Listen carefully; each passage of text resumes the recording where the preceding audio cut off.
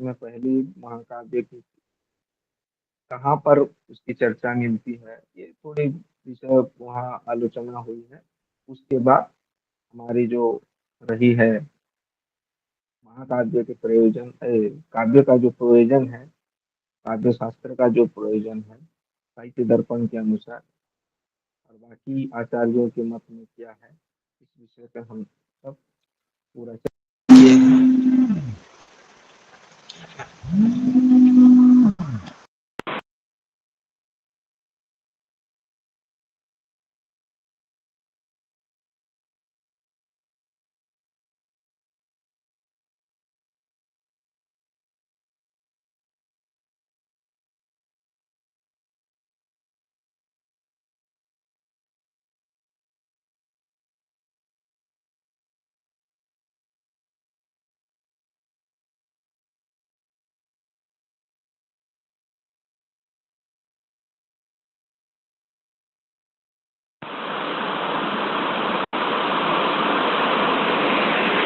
तो काव्य की जो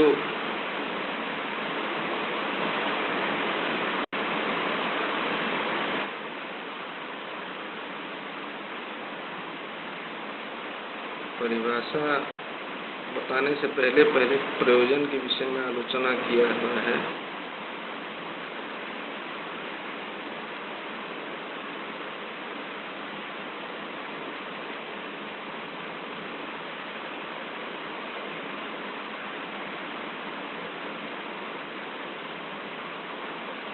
प्रयोजन में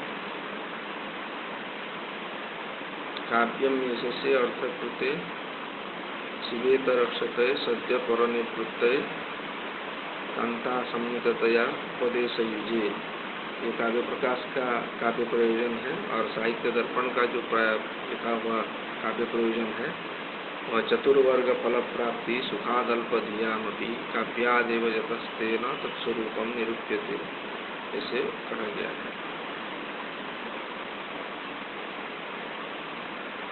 उसके बाद काव्य के जो स्वरूप है, लक्षण है, उसके प्रति हम आलोचना करेंगे लक्षण के विषय में। पहले तो बात है किसी वस्तु की और किसी विषय के लक्षण क्यों आलोचना किया गया, लक्षण का अर्थ क्या होता है और क्यों किया जाए।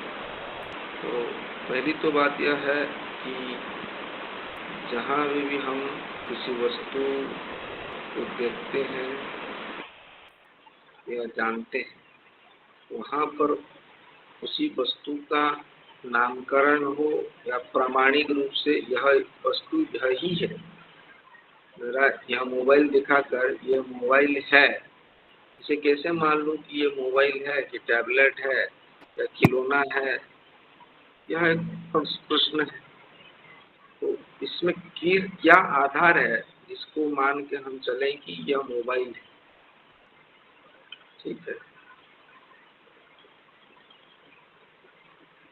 तो उसमें लक्षण इसीलिए है कि किसी वस्तु की सिद्धि की, किसी प्रकार की कोई वस्तु की जो रहती है प्रामाणिकता को मानने के लिए शास्त्रों में दो बातें बोला गया, लक्षण प्रमाणाभ्याम ही वस्तु सिद्धि न ही प्रतिज्ञा करेगा। बोल देने पर किसी वस्तु को वो वस्तु वह नहीं हो जाती। जैसे मान लीजिए कहीं पर कोई रस्सी पड़ा हुआ है, उसे सांप है बोल दो तो वह सांप नहीं बन जाए, या तो कहीं पर कुछ चिकचिक चकचकायते ज्यादा शाइनिंग हो रहा है तो मैं बोल दूं कि यह सोना है, तो वो सोना नहीं होगा। सोना की जो मापदंड है या सोने होने की जो नियम है उसमें उसको खरी उतरना है।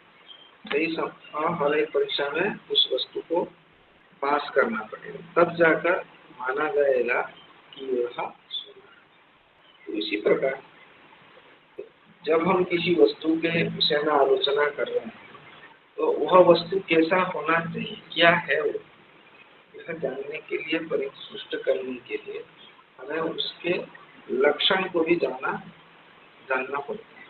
क्योंकि बिना लक्षण जाने हम यह वस्तु ऐसा है ऐसा नहीं कर सकते। अब जो भी हम लक्षण करेंगे उस लक्षण में 3 दोष नहीं होना चाहिए।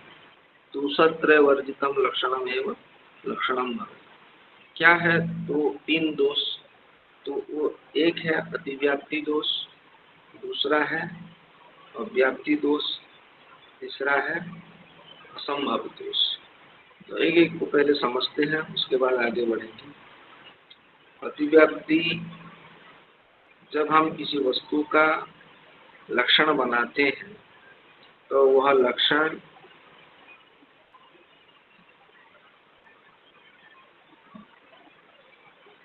जिस वस्तु के लिए वह लक्षण बनाया गया है वहां पर जाते लक्षण होता है, और किसी दूसरे वस्तु को भी समझाने लगता है तब उसे अतिव्याप्ति कहते हैं। इसका संस्कृत में बोला जाए तो अलक्ष्य लक्षण सत्व। जिसका हम लक्षण कर रहे हैं उसे लक्ष्य कहा जाता है, और जिसका हम लक्षण नहीं बोल रहे वो अलक्ष्य है। जिसका लक्षण बना रहे हैं यस्य लक्षणम क्रियते सह लक्ष्य, जिसका नहीं है वो अलक्ष्य है। ठीक है, जस्य लक्षणम क्रियते सह लक्ष्य। तो मान लीजिए हम किसी गाय का लक्षण बना रहे हैं, किसी गाय, किसको गाय बोला जाए तो कोई बोल रहा है कि संगीतम गोह लक्षण, जिसका सिंग है उसको हम गाय बोलेंगे। इसी तरह की एक लक्षण बनाने पर दोष क्या हो सकता है? तो इसमें बोला जा रहा है कि यदि सिंग वाला को ही गाय बोला जाए तो भैंस का भी सिंग होता है, इधर बकरी का भी सिंग होता है, हिरण का भी सिंग होता है, अजस्यापि सिंगो भवति, मृगस्यापि सिंगो भवति। अभी इनका सबका सिंग है तो ये सब गाय की कैटेगरी में आ जाएंगे, ग्रुप में, क्योंकि हमने लक्षण बनाया है संगीतम गो लक्षण। जिसका सिंह है उसे गाय बोला जाए। अब लक्ष्य है गाय का, लक्ष्य है गाय और लक्षण गाय का बना रहे हैं, और लक्षण जा रहा है जो गाय नहीं है उधर भी जा रहा है। तो इसी प्रकार के लक्षण को अतिव्याप्ति दोष युक्त कहते हैं। अलक्ष्य लक्षण सत्वम अतिव्याप्ति है। जब अलक्ष्य में लक्षण सत्वम विद्यमान हो तब उसे क्या कहा जाता है? तो उसे अतिव्याप्ति कहा जाता है। दूसरा आता है अव्याप्ति। अव्याप्ति क्या है? लक्ष्यिक देशे लक्षण सत्वम। किसी एक लक्ष्य को देखकर हमने लक्षण बनाया, लेकिन जो लक्ष्य है, लक्ष्य की एक ग्रुप में किसी एक अंश में वो लक्षण समन्वय हो रहा है और दूसरा जगह पर नहीं हो रहा है तो लक्ष्य ही, लेकिन जो लक्षण बनाया है वो नहीं हुआ है। चलिए उसी हिसाब से हम उदाहरण देते हैं, गाय का उदाहरण ही लेते हैं। अभी क्या किए, बोलो संगीतम गो लक्षण नहीं हुआ तो बोल लीजिए यहाँ एक सफेद गाय घूम रहा है तो हम बोले कि शुभ्रत्वम गो लक्षण, सफेद वर्ण ही गो लक्षण में है। तो मान भी लिया कि हाँ ठीक है, जो सफेद वर्ण का जीव है वो गाय है। थोड़ी आगे जाकर देखेंगे काला कलर का वर्ण का एक गाय भी उधर घास खा रहा है, तो है तो गाय, लेकिन हमने वर्ण लक्षण क्या बनाया है? शुभ्रत्वम गो लक्षणम। जो शुभ्र वर्ण है उसका ही गोत्व माना जाएगा, और जिसका कृष्णत्वम है उसका नहीं है, तो है तो गाय ही। तो लक्ष्य तो गाय है, तो लक्ष्य ही का देश से लक्षण असत्वम, तो लक्ष्य तो गाय ही है। लक्षण जो बनाया है शुभ्रत्वम, वो लक्ष्य के एक देश में शुभ्र गो में तो अन्वय हो रहा है, लेकिन कृष्ण गो में लक्षण अन्वय नहीं हो रहा है। तो इसी स्तर पर क्या होगा? ये अव्याप्ति दोष माना जाएगा। तो लक्ष्यिक देशे लक्षणासत्वम, लक्षण का विद्यमान लक्ष्य का एक अंश पर लक्षण का विद्यमान न होना, यह अव्याप्ति दोष होता है। फिर आता है असंभव दोष। असंभव किसे कहा जाता है? तो ऐसा एक लक्षण बनाए जिसका कहीं पे भी ऐसा लक्षण कहीं पर भी नहीं होता, तो उस जगह का असंभव। जैसे कि एक सफवत्तम गोह लक्षण, गाय का खूर होता है, पायों का जो पैर का नीचे वाला काला वाला हिस्सा खूर है, खूर का क्या बोले कि एक सफवत्तम गोह लक्षण, जिसका एक गोलाकार खूर हो उसे हम गाय मानेंगे। तो पूरा ब्रह्मांड ढूंढ लिए, कहीं पर अगर ये नहीं मिला कि वो गोलाकार जो रहता है उसका ये क्या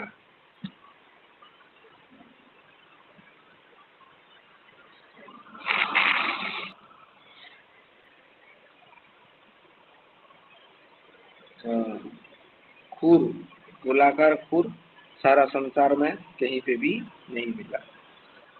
तो गाय का खूर दो भागों में बटा रहता है, तो गोलाकार जो खूर है वो घोड़े का रहता है। तो एक सफवत्तम गोह लक्षणम करेंगे तो कहीं पे भी तो नहीं मिलेगा, इसीलिए वो असंभव। लक्ष्य देशे कुत्रापि लक्षणासत्वम असंभव। लक्ष्य के किसी भी अंचल में किसी भी स्थान पर यदि लक्षण दिखाई ना दिए तो उसे असंभव दोष माना जाएगा। तो इसी प्रकार का दोष रहित जो लक्षण है उसे ही प्रकृत लक्षण हम मानेंगे। यह लक्षण, तो लक्षण क्या है? लक्षण का लक्षण पहले बोलना चाहिए। तो आप लोग पढ़े होंगे न्याय दर्शन में, आप लोगों का क्लास हो चुका है, वहाँ पे असाधारण धर्म वचनम लक्षणम, साधारण धर्म वचन, जो साधारण धर्म वचन जो उसी विषय पर उसी वस्तु पर ही विद्यमान जो धर्म रहेगा उसे ही लक्षण के तौर पर हम लेंगे। तो ठीक है, यह है लक्षण का लक्षण, और लक्षण में तीनों दोष रहित होना चाहिए, ये साधारण नियम। अब आगे बढ़ते हैं। तो पहले साहित्य दर्पणकार ने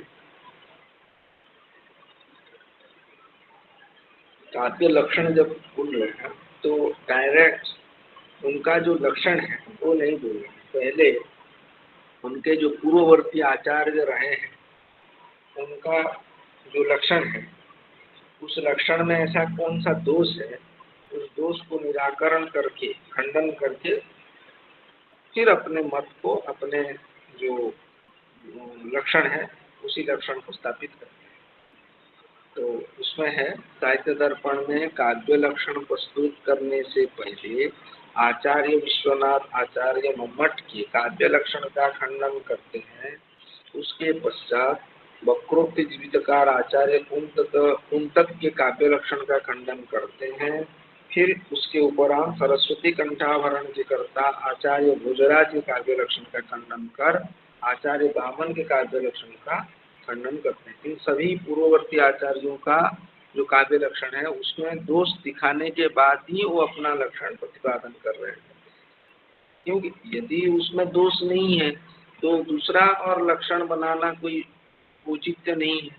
इसीलिए पहले उन पुरानी जो आचार्य रहे हैं उनमें क्या दोष है तो दोष को वो दिखा रहे हैं। तो कह रहे हैं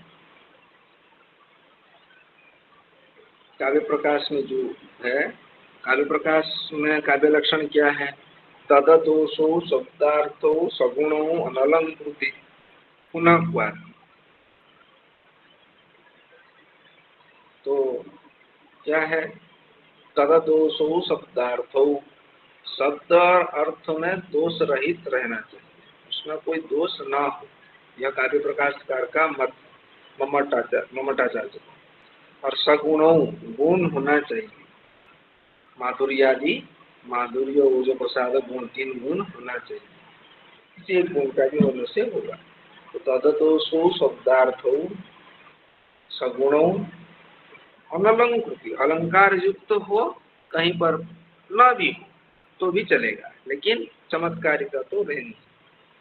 तो पुनः क्वापि तो उसको हम काव्य मानेंगे। यह क्या, तो इस विषय में जो काव्य लक्षण दिया गया है, इस विषय में साहित्य दर्पणकार अभी आलोचना कर रहे हैं। दोषरहितस्य एव अंगीकारः तदा न्यक्कारो भयमेव मे यदरयः तत्राप्यसौ तापसः सोऽपि अत्रैव निहन्ति राक्षसकुलं जीवत्यहो रावणः दिक्शक्रजितं प्रबोधितवतां किं कुम्भकर्णेन वा स्वर्गग्रामवाटिका विलुण्ठनभूतोच्छुनैः किमेभिर्भुजैः। अस्य श्लोकस्य विधेया विमर्शदोषदृष्टतया काव्यत्वं न स्यात्।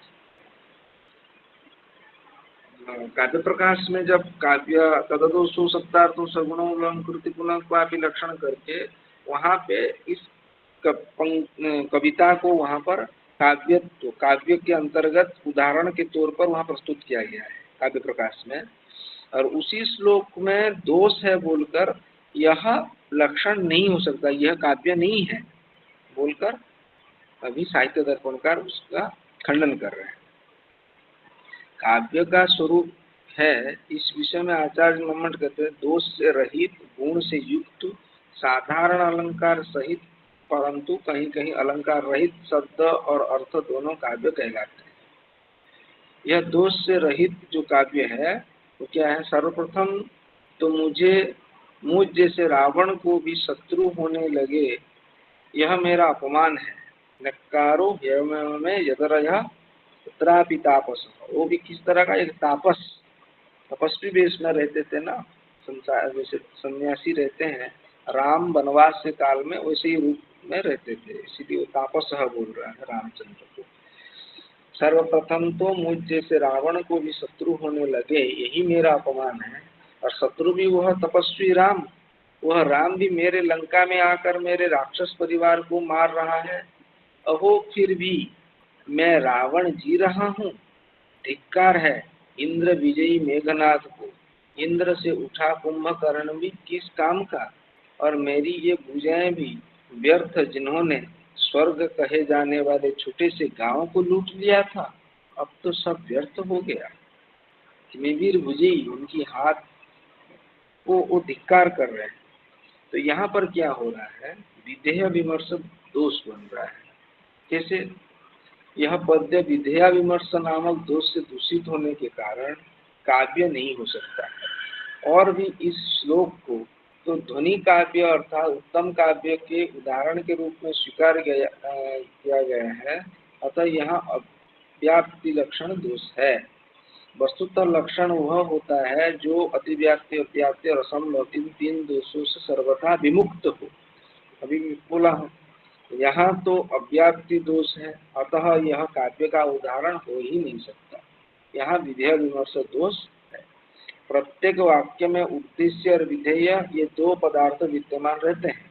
इन दोनों में से विधेय की ही प्रधानता रहती है, लेकिन जहाँ विधेय का अविमर्श अर्थात विधेय को अप्रधान बना दिया जाए वहाँ यह दोष होता है। विधेय को अप्रधान बना देने का सबसे प्रबल कारण है उसको समास में स्थापित कर देना।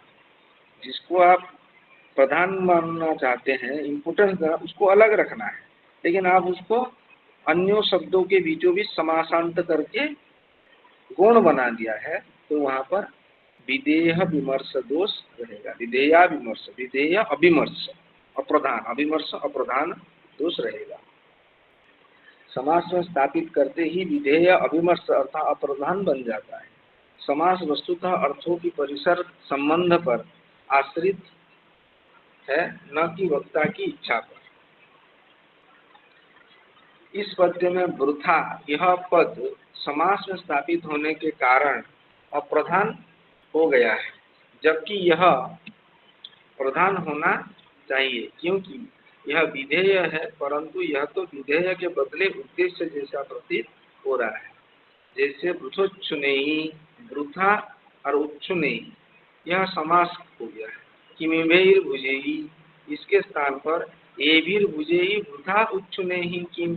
यहाँ उच्छनता अर्थात मत बालापन और वृथा विधेय रूप में रखने योग्य है, किंतु वृथोच्चने पद में तत्पुरुष समास में पूर्व पद की अपेक्षा उत्तर पद की ही प्राय समान प्रधानता होने से विधेय बुद्ध वृथा पद गौण हो गया है और उद्देश्य जो उच्छन्न पद प्रधान बन गया है। इस प्रकार प्रधानतया परामर्श योग्य अंश अप्रधान रूप में प्रतीत हो रहा है, इसलिए यहाँ विधेया विमर्श दोष है। इस प्रकार विधेया विमर्श दोष होने के कारण उपरयुक्त जो पद्य है वो काव्य नहीं हो सकता।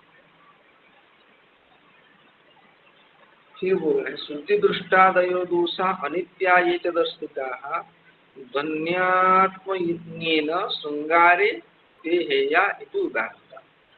तो कुछ अंश का ही विधेय विमर्श नामक दोष से दूषित है, संपूर्ण पद्य दोष से दूषित नहीं है, ऐसा कहते हैं।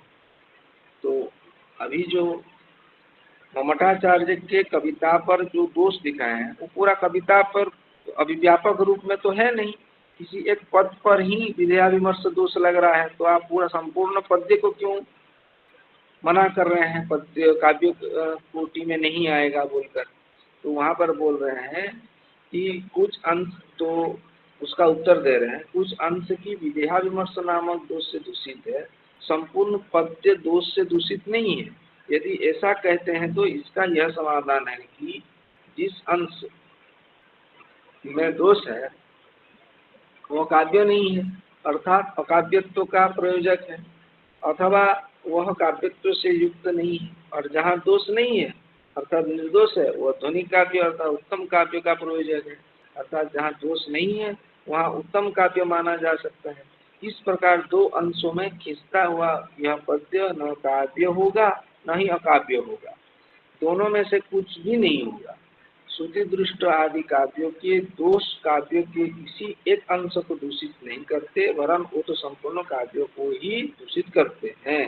अतएव विधेया विमर्श दोष को आंशिक दोष कह देने से यहाँ उद्देश्य पूर्ण नहीं हो सकता है, क्योंकि वस्तुतः इन दोषों से काव्य की आत्मा अर्थात रस का अपकर्ष अर्थात हानि होती है। इन दोषों से रस प्रतीति में बाधा होती है, यदि कदाचित रस की प्रतीति हो भी जाए तो चमत्कार विहीन होती है। इसीलिए रस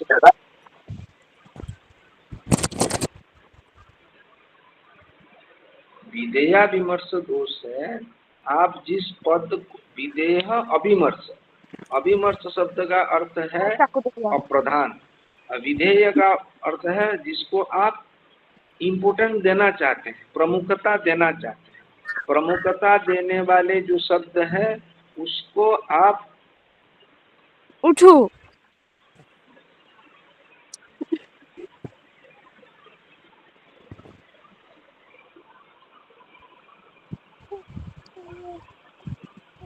किसी ने पूछा है केतेबेले आमे जानिबा जे एठी विधेय दोष रही, जेतेबेले विधेय अविमर्श होगी अप्रधान होगी रही विधेय अविमर्श दोष अच्छी आम जापर विधेय दोष ना विधेय जो वाक्य वृथा वृथा कथा कहु किमिबे वृथेच्छ नहीं किमिबे भुजेई बोल कह यहाँ पर बोल रहा है किमिमेर भुजेई वृतोच्छ नहीं किमिमेर भुजेई, तो वृथा को यहाँ बोला गया है। तो लेकिन जब वृथा बोला गया है तो उच्च नहीं के साथ उसको समासांत नहीं करना चाहिए था, या समासांत कर देने पर वो क्या हो गया है, गौण हो गया है। वृथा शब्द का जो इम्पोर्टेंस रहना चाहिए वो नहीं हो रहा है, वो न्यून हो गया। तो इसीलिए यहाँ विधेय अभिमर्श दोष हो गया है। ठीक है,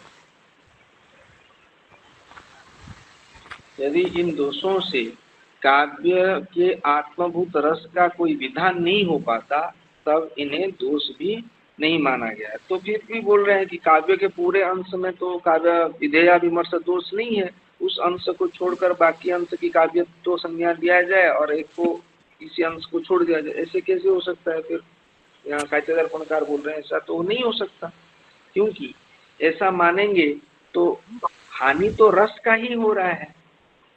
वहाँ जो शब्दार्थ रूप जो आपको काया दिख रहा है, शरीर दिख रहा है, वो तो कुछ नहीं है। मूल तो काव्य की परिभाषा रस के ऊपर आधारित रहता है, रस ही मूल है। तो ऐसी स्थिति में रस की ही अपकर्षता हो रही है, हानि तो रस किस स्तर पर हो रहा है। इसीलिए इसको हम काव्य की श्रेणी में स्तर पर नहीं रख सकते। श्रुति दुष्ट आदि तो अनित्य दोष माने गए हैं। वे श्रृंगार आदि प्रधान काव्यों में तो सर्वथा हेय अथवा त्याज्य है। वही ही दोष रौद्र प्रधान काव्यों में ग्राह्य और उपादेय भी है। यदि इस प्रकार के दोष से युक्त शब्द और अर्थ को काव्य मानेंगे तो काव्य का विषय ही संकुचित और लक्ष्य विहीन हो जाएगा, क्योंकि काव्य का अत्यंत और तथा सर्वथा दोष रहित होना नामुमकिन अर्थात असंभव है। दोष से रहित कोई काव्य हो ही नहीं सकता। सर्वथा निर्दोष काव्य की कल्पना करना अत्यंत दुरूह कष्टकर है। सर्वथा नित्य और अनित्य ये दो प्रकार के दोष माने जाते हैं। नित्य दोष में है जो सभी जगह त्याज्य है, अर्थात सभी प्रकार के काव्यों में जो त्याज्य है, जैसे चित्त संस्कृति इत्यादि दोष, जहाँ पर संस्कृति की कहीं पर हानि हुई है उसे नित्य दोष माना जाएगा। अनित्य दोष है जो कहीं कहीं तो त्याज्य है और कहीं कहीं ग्रहण करने लायक है, जैसा श्रुति दृष्ट इत्यादि दोष। श्रुति दृष्ट आदि दोष श्रृंगार रस में युक्त काव्यों में तो त्याज्य है, लेकिन रौद्र विभत्स आदि रस में युक्त काव्यों में ग्राह्य है। इसकी परिभाषा सर्वथा हेया नित्या, जिसको हम जिस दोष को इग्नोर कर सकते हैं वो नित्य दोष। कुत्रचित त्याज्या कुत्रचित ग्राह्या, वो अनित्य है। कहीं पर हम उसको इम्पोर्टेंस देंगे उस प्रकार दोष को, कहीं पर दोष को इम्पोर्टेंस नहीं देंगे, तो वो अनित्य दोष है। यहाँ यह महत्वपूर्ण है कि कविराज विश्वनाथ ने जो इस पद्य में विधेया विमर्श नामक दोष स्वीकार किया है, वास्तव में वह दोष है ही नहीं, क्योंकि उद्देश्य के पहले विधेय का वर्णन कवि अपनी चतुराई से कर रहा है।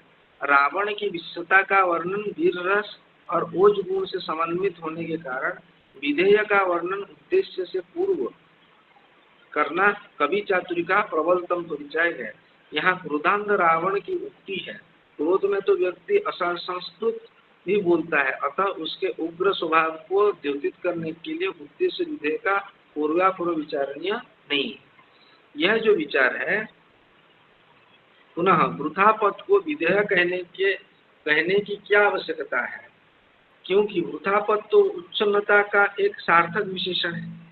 स्वर्ग को एक छोटा सा गांव यहाँ बताया गया है, इसीलिए इस छोटे गांव को लूटने में ही यह भुजाएं समर्थ हो पाई है, लेकिन अब ये व्यर्थ है। स्वर्ग ग्रामटिका विलुंठन के कारण ही तो भुजदंड को भूतोच्च नहीं कहा गया है। यदि स्वर्ग को स्वर्ग ग्रामटिका नहीं कहा जाता तब तो भूतोच्चन पद व्यर्थ हो जाता। स्वर्ग ग्रामटिका के स्थान पर यदि दुर्गम या अवेद्य दुर्ग कहा जाता तो भी यह पद व्यर्थ हो जाता। अतः आचार्य मम्मट द्वारा प्रतिपादित काव्य लक्षण में अदोषो पद सार्थक और निर्दिष्ट प्रतीत होता है। साहित्य दर्पणकार ने जो माना है कि यहाँ पे दोष है, परवर्ती आचार्यों ने, आनंद वर्धनादि आचार्यों ने या रसगंगाधर में भी इस विषय को खंडन किया है। जिस विषय को उत्थापन करके साहित्य दर्पणकार ने, विश्वनाथ कविराज ने दोष दिखाया है, उसी जगह पर यह दोष नहीं है बोलकर ध्वन्यालोक में और रसगंगाधर में उसको खंडन किया गया है। साहित्य दर्पणकार का जो चिंतन है उस चिंतन सही नहीं है, यह बताया गया है। आपकी स्टडी मटेरियल जो बना है ये एक ग्रंथ को लेकर नहीं है, सब ग्रंथों की सार रूप तरह ही है। तो आपको सावधानी पूर्वक भी पढ़ना है कि आप साहित्य दर्पण यहाँ पर है तो पूरा साहित्य दर्पण के हिसाब से चलेंगे, ऐसा नहीं है। ये कोर्स आधुनिक विद्वानों ने बनाया है, जिसमें बच्चे या स्टूडेंट को उसकी आगामी सेमिस्टर में या आगामी जो क्लासेस रहता है वहाँ पे जो विषय है उसका भी पूर्वाभास थोड़ा इधर दे दिया गया है। मतलब यहाँ से ही आपको समझ लेना चाहिए, आगे हमें ध्वन्यालोक या साहित्य रसगंगाधर जैसे विषय को हमें पढ़ना है। ध्वन्यालोक अगले साल है। अदसो पद का प्रकारांतर से खंडन कर रहे हैं। तददोषो अदसो जो बोला गया है उसका, जिस प्रकार कोई रत्न कीटाणुवेद के होने पर भी रत्न ही कहा जाता है, उसी प्रकार जहाँ स्पष्ट रूप से रसादि का अनुगम अर्थात रसादि का स्पष्ट अभिव्यंजना हो रही हो, तब श्रुति दुष्ट आदि दोषों के होने पर भी काव्य की काव्यता नष्ट नहीं हो सकती। वस्तुतः जहाँ रत्न के विषय के बारे में जो बात कविराज विश्वनाथ ने कही है वह नितांत असंगत प्रतीत होती है, क्योंकि रत्न के जानकर जोहरी ये नहीं कहते हैं कि रत्न वह है जिसमें काक पद अथवा मोक्षाकृति इत्यादि दोष न हो। वो तो केवल इतना ही कहा करते हैं कि जिस रत्न में उपर्युक्त दोष है वह रत्न शुभ नहीं माना जाता। यह आधुनिक विचार। रत्न, मान लीजिए कोई स्टोन हम पहनते हैं, तो जब हम जोहरी के पास जाएंगे जो रत्न परीक्षा करते हैं, उसमें यदि छिद्र होगा, किसी प्रकार का आंशिक चिन्ह होगा, तो उसे पहनने के लिए वो सूचक नहीं है बोला जाता, ये रत्न नहीं है ऐसा नहीं बोला जाता। जबकि साहित्य दर्पणकार ने वहाँ पर वैसी चिन्ह युक्त वैसा खंडित को वह रत्न नहीं है ऐसा प्रमाण किया है, तो यह ठीक नहीं है बोला गया है।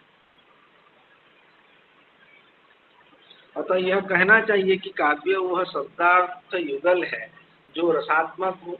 इसके बाद ही कहा जा सकता है कि जिस काव्य में विधेया विमर्श आदि दोष में से कोई दोष हो तो वह उच्च कोटि का नहीं होता है, निम्न श्रेणी का होता है। अतः अदोषोपद का समावेश काव्य में इसी दृष्टि से किया गया है कि रसानुभूति के बाधक प्रबल दोषों से रहित शब्द और अर्थ की समष्टि काव्य कहलाती है, अर्थात जहाँ साधारण दोष के होते हुए भी रसानुभूति में बाधा नहीं होती है, वह दोष युक्त काव्य भी काव्य ही है। सदोष तददोषो शब्दार्थो, फिर आता है सगुणों। अभी सगुणों पद का व्याख्या खंडन करते हैं, गुण युक्त होना चाहिए। क्या कह रहे हैं?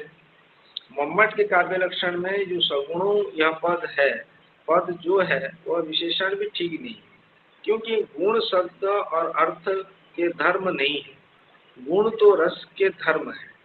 जैसा कि स्वयं आपने प्रतिपादित किया है, आपने मतलब आचार्य मम्मट ने किया है कि जो रस के प्रधान धर्म है, जैसे कि सूर्य आदि की आत्मा में धर्म है, वैसे ही गुण भी रस के धर्म है। सुगुणों सगुणों यह विशेषण यहाँ अर्थात काव्य लक्षण के रसाभिव्यंजकता को द्योतित करने के लिए उपचार से कहा गया है, क्योंकि रसाभिव्यंजक शब्द और अर्थ को उपचार से सगुणों शब्द और अर्थ कहा ही जा सकता है। परंतु यह बात यहाँ ठीक नहीं है, क्योंकि जिस शब्द और अर्थ को काव्य के रूप में स्वीकार किया जा रहा है उसमें रस है या नहीं। यदि उन दोनों में रस नहीं है तो उन दोनों में गुण भी नहीं है, क्योंकि जहाँ रस है वहाँ गुण भी रहेंगे। दोनों अर्थात रस और गुण में अन्वय व्यतिरेक संबंध है, अर्थात जहाँ रस होगा वहाँ गुण भी होगा और जहाँ रस नहीं होगा वहाँ गुण भी नहीं होगा। यदि उन दोनों अर्थात शब्द और अर्थ में रस है तो फिर सगुणों के स्थान पर रसवंतो यह विशेषण क्यों नहीं कहा गया? यदि यह कहा जाए कि अन्यथानुपपत्ति से शब्द और अर्थ गुण से युक्त होते हैं, तो इसका अर्थ यही है कि शब्द और अर्थ रस से युक्त है। यहाँ सगुणों विशेषण की आवश्यकता नहीं है, अर्थात शब्द और अर्थ के सगुणों विशेषण के बजाय शब्द और अर्थ सरसो विशेषण वहाँ क्यों नहीं हो सकता? क्योंकि ये वह जगह है जहाँ प्राणी रहते हैं। इस तरह से कोई भी नहीं कहता है कि अथवा ये कहा जाए कि ये वे भूभाग है जहाँ सूर्यादि गुण रहा करते हैं, इसीलिए सरसो शब्दार्थो काव्यम यह भी कहना ठीक है, प्रत्युत सगुणों शब्दार्थो काव्यम। तो जहाँ पर रस रहेगा वहाँ तो स्वतः ही गुण रहेंगे, तो फिर आप सगुणों ये बोलना ठीक नहीं है। यह आशय है विश्वनाथ कविराज का। यदि शब्दार्थों सगुणों यह कहने से गुणादि व्यंजक शब्द और अर्थ का भान होता है, अर्थात सरसो शब्दार्थों के बजाय सगुणों शब्दार्थों यह औपचारिक प्रयोग काव्य में गुणादि व्यंजक शब्द और अर्थ के प्रयोग पर जोर देने के उद्देश्य से किया गया है, तो यह बात बिल्कुल व्यर्थ है, क्योंकि गुणादि व्यंजक शब्द और अर्थ काव्य के उत्कर्ष मात्र वर्धक भले ही हो, स्वरूप के आधायक नहीं हो सकते। अर्थात शब्दार्थ काव्य के उत्कर्ष को बढ़ाने वाले भले ही हो, वे स्वरूप के आधायक नहीं हो सकते। स्वरूप में उसको लक्षण की कोटि में नहीं ला सकता, उसकी गुणवत्ता बढ़ाने के लिए गुण रह सकते। यहाँ शब्दार्थ का तात्पर्य गुणादि व्यंजक शब्दार्थ के इसलिए कहा गया है, शब्द और अर्थ काव्य के शरीर है, रस और भाव आदि काव्य की आत्मा है, गुण रस के धर्म है, सूर्य इत्यादि गुण, फिर दोष कारणत्व इत्यादि की तरह है, रीतियां इस काव्य रूपी शरीर के अवयव संस्थान अर्थात हाथ पैर इत्यादि अवयव है, अलंकार कटक कुंडल इत्यादि की तरह है। जैसे सूर्य आदि गुण जैसे बोला गया है, सगुणों शब्दार्थों का अर्थ है साक्षात अर्थादि व्यंजकों शब्दार्थ, परंपरा गुणादि व्यंजकों शब्दार्थ। वस्तुतः जो गुण रस के ही धर्म है, और परंतु गुण रूप से अर्थात परंपरा से वे शब्द अर्थ के भी धर्म है, अर्थात शब्द और अर्थ के साथ भी उनका संबंध है, क्योंकि स्वयं आचार्य मम्मट ने कहा है गुणवृत्त्या पुनस्तेषा वृत्ति शब्दार्थोर्मता, अर्थात गुणी वृत्ति से शब्द और अर्थ के साथ गुणों का संबंध होता है। अतः काव्य लक्षण में आचार्य ने सगुणों यह पद शब्दार्थों के विशेषण के तौर पर वहां लगाया है, यह साधु भी है। माधुर्य आदि गुणों को काव्य को यहाँ पहले आपकी जो स्टडी मटेरियल दिया गया है उसमें पहले साहित्य दर्पणकार का जो खंडन पुरस्सर वाक्य है उसको प्रतिपादन करके आधुनिक आचार्यों का जो मत है उसके हिसाब से फिर साहित्य दर्पणकार का मत सही है या मम्मट आचार्य का मत सही है, इसका विवेचन किया गया है। तो उसे थोड़ा आप लोग ध्यान से पढ़िएगा। प्रश्नों जिस प्रकार आएगा अनुकूल उसी अनुकूल अनुसार आप उत्तर लिखिएगा। वहाँ पर यदि साहित्य दर्पण का ही मत लिखने के लिए बोला गया है तो खंडन पुरस्सर ही लिखना पड़ेगा, और नहीं आपको पूरा संपूर्ण वाक्य का आलोचना कीजिए बोल रहा है तो आप वहाँ पर साहित्य दर्पणकार का भी मत उल्लेख करना है और आधुनिक आचार्यों का भी मत उल्लेख करके आपको लिखना है। अनलंकृति पुनः क्वापि, यहाँ पर भी खंडन करते हैं पहले साहित्य दर्पणकार के हिसाब से। अनलंकृति पुनः क्वापि अर्थात काव्य में कहीं कहीं पर यदि स्पष्ट अलंकार न हो तो भी काव्य का काव्यत्व तो रहता ही है, उसे कोई हानि नहीं होती है। यह भी परास्त हो गया है क्योंकि इसका अर्थ है सर्वत्र अलंकार से युक्त काव्य, परंतु कहीं कहीं स्पष्ट रूप से अलंकार के न होने पर भी शब्द और अर्थ काव्य है। सालंकार शब्दार्थ का आशय यह है कि अलंकार से युक्त शब्द और अर्थ काव्य के स्वरूपाध्यायक नहीं प्रत्युत उत्कर्षाध्याय होते हैं। यह अलंकार काव्य की उत्कृष्टता के साधन है। वस्तुतः आचार्य मम्मट के अलंकृति पुनः क्वापि इस पद के कहने का यह आशय है कि जहाँ कहीं रसादि की प्रतीति हो रही हो वहाँ अलंकार से रहित होने पर काव्यत्व की हानि नहीं होती है। अलंकार से रहित होने पर काव्यत्व की हानि नहीं होती है। अलंकार तो शब्द और अर्थ के ही धर्म है। शब्द में रहेगा अलंकार, नहीं तो अर्थ में। अर्थालंकार है तो अर्थ में रहेगा, शब्दालंकार है तो शब्द में रहेगा। इसके उत्कर्ष के द्वारा मुख्य रस को उपकृत करते हैं। जहाँ रस नहीं है वहाँ केवल उक्ति वैचित्य मात्र ही होते हैं, और कहीं कहीं रस के होने पर भी उसका अर्थात काव्य का उत्कर्ष नहीं होता। अतः अनलंकृति पुनः क्वापि यह पद भी साधु ही है।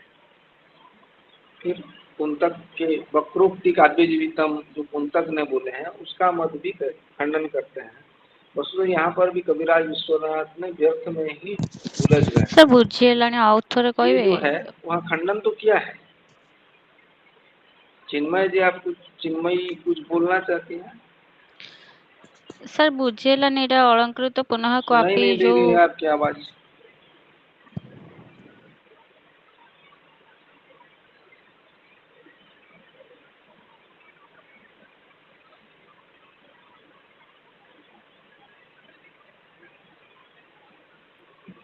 तो वस्तुतः साहित्य दर्पणकार ने जहाँ जहाँ खंडन किया है, उत्तरावर्ती जो आचार्य रहे हैं,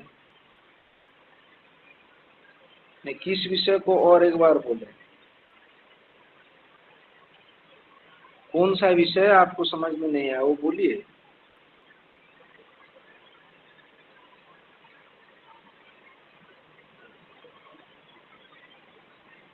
आप अनम्यूट होकर बोल दीजिए, मैसेज करने पर लेट हो रहा है।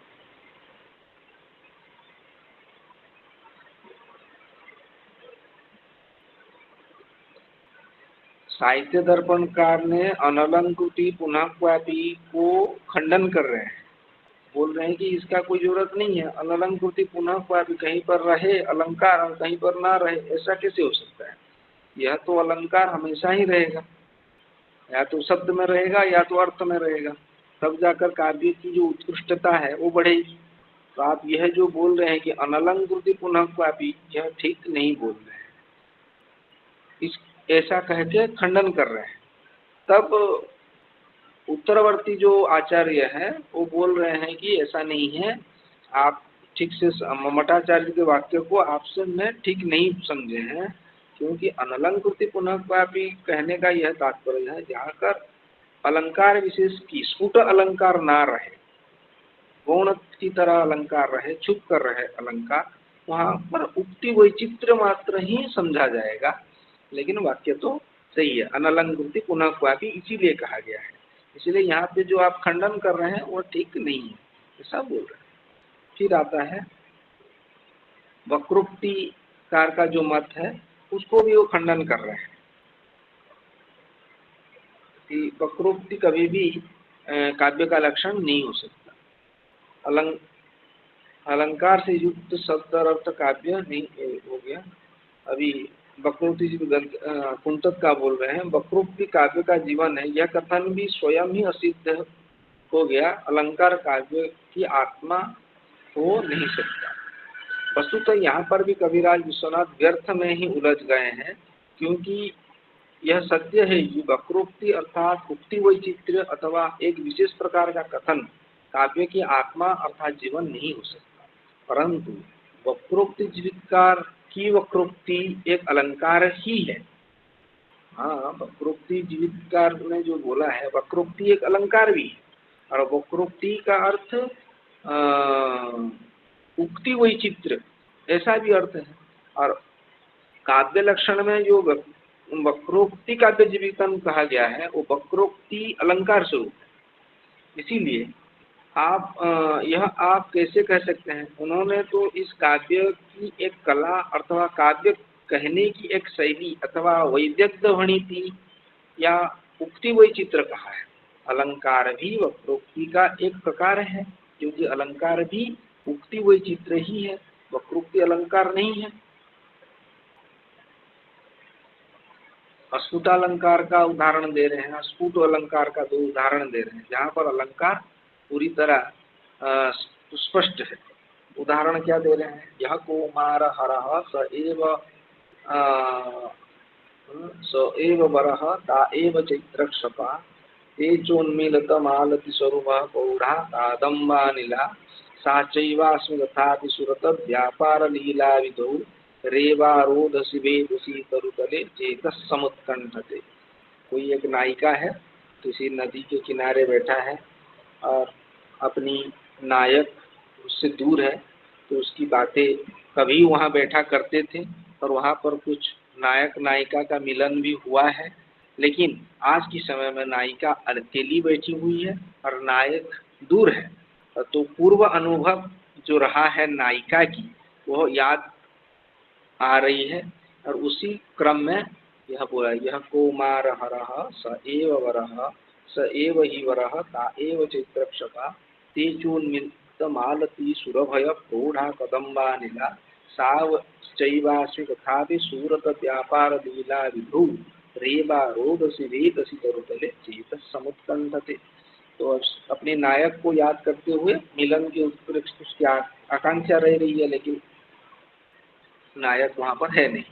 ये जो अस्फुट और अस्पष्ट अलंकार के रूप में पद्य उदाहरण किया गया है, यह भी चिंत्य है, क्योंकि जिसमें मेरे कुमारी अथवा कुमारीपन का हरण किया है वह मेरे पति ही है। वही चैत्र मास वसंत मास चांदनी रातें हैं, खिली हुई मालती लता अथवा वासंती लताओं के भीनी भीनी सुगंध भी वही है। धूली कदम उन्मादक वायु भी उसी तरह है। मैं भी वही हूँ, फिर भी न जाने क्यों आज मेरे यहाँ नर्मदा नदी के तट पर उस बेत के पेड़ के नीचे, जहाँ अनेक बार हमने पतिदेव के साथ संभोग कर चुकी हूँ, उन काम के लिए के बार बार करने के लिए मन बहुत मचल के उत्कंठित हो रहा है। इसका मतलब है कि उसका नायक वहाँ पर अनुपस्थित है। यहाँ विभावना और विशेषोक्ति मूल संदेह संकर अलंकार है। इस पद्य में मालती शब्द आया है और मालती का अर्थ है जाति पुष्प अथवा चमेली का पुष्प, परंतु कवि संप्रदाय के अनुसार मालती का पुष्प वसंत ऋतु में होता तो है, परंतु वसंत ऋतु में जाति पुष्प का वर्णन करना वर्जित है। न स्यात् जाति वसंती, अतः यहाँ मालती पद से वसंत ऋतु में खिलने वाली लता का ग्रहण करना चाहिए। पुनः इस पद्य में कदम्ब शब्द का भी प्रयोग हुआ है। वस्तुतः वसंत ऋतु में कदम्ब भी नहीं खिलता है, वर्षा ऋतु में खिलता है, इसीलिए यहाँ कदम्ब शब्द से वसंत में खिलने वाले धूली कदम नामक पुष्प विशेष का ग्रहण करना चाहिए। यहाँ कविराज विश्वनाथ के मत में विभावना विशेषोक्ति अलंकार है। विभावना अलंकार यहाँ होता है, यहाँ कारण के अभाव में कार्य की उत्पत्ति हो जाए। यहाँ सूरत क्रीड़ा के उपकरण वही पर वही मालती के सुगंध, वही कदम के समीर इत्यादि विषयों अनुभव रूपी कारण के अभाव में भी नायिका के मन में उत्कंठा रूपी कार्य का वर्णन होने से यहाँ विभावना है। कारणाभावे भी कार्योत्पत्ति विभावना अलंकार का लक्षण है। यहाँ विशेषोक्ति भी है, क्योंकि विशेषोक्ति अलंकार वहाँ होता है जहाँ कारण का विद्यमान होने पर भी कार्य का अभाव हो। वहाँ नायिका के द्वारा वर मालती की सुगंध कदम्ब वृक्ष युक्त आदि कारण होने पर भी उसकी जो काम क्रीड़ा नहीं हो पा रही है, अभाव हो रहा है, इसको इसमें दिखाया, इसलिए विशेषोक्ति। वस्तुतः यहाँ कारण के अभाव होने पर भी चेतस समुत्कंठते, इस वाक्य से उत्कंठा रूपी कार्य की उत्पत्ति हो रही है, अतः यहाँ विभावना है। पुनः यहाँ कारण के विद्यमान होने पर भी कार्य का अभाव है, संभोग रूप कार्य नहीं हो पा रहा है, इसीलिए यहाँ विशेषोक्ति भी है। स्फुट अलंकार के विषय में आचार्य मम्मट के अनुसार यहाँ हरो वरह इत्यादि में अनुप्रास अलंकार के हो सकता है, परंतु श्रृंगार रस के प्रतिकूल वर्ण होने के कारण यहाँ अनुप्रास अलंकार नहीं है। अस्मि क्रिया का भी सभी प्रकारकों के साथ संबंध नहीं है, अतः यहाँ दीपक अलंकार भी नहीं है। यहाँ दीपक परिसंख्या स्मरण तुल्य योगिता काव्य लिंग समुच्चय इत्यादि अलंकार भी स्पष्ट रूप से नहीं है, अतः ये अस्पष्ट अलंकार का ही उदाहरण है। यहाँ अस्पष्ट अलंकार का स्फुट अलंकार, जहाँ पे अलंकार स्फुट नहीं प्रतीत होते हैं वहाँ पर यह अस्फुट अलंकार कहा जा रहा है।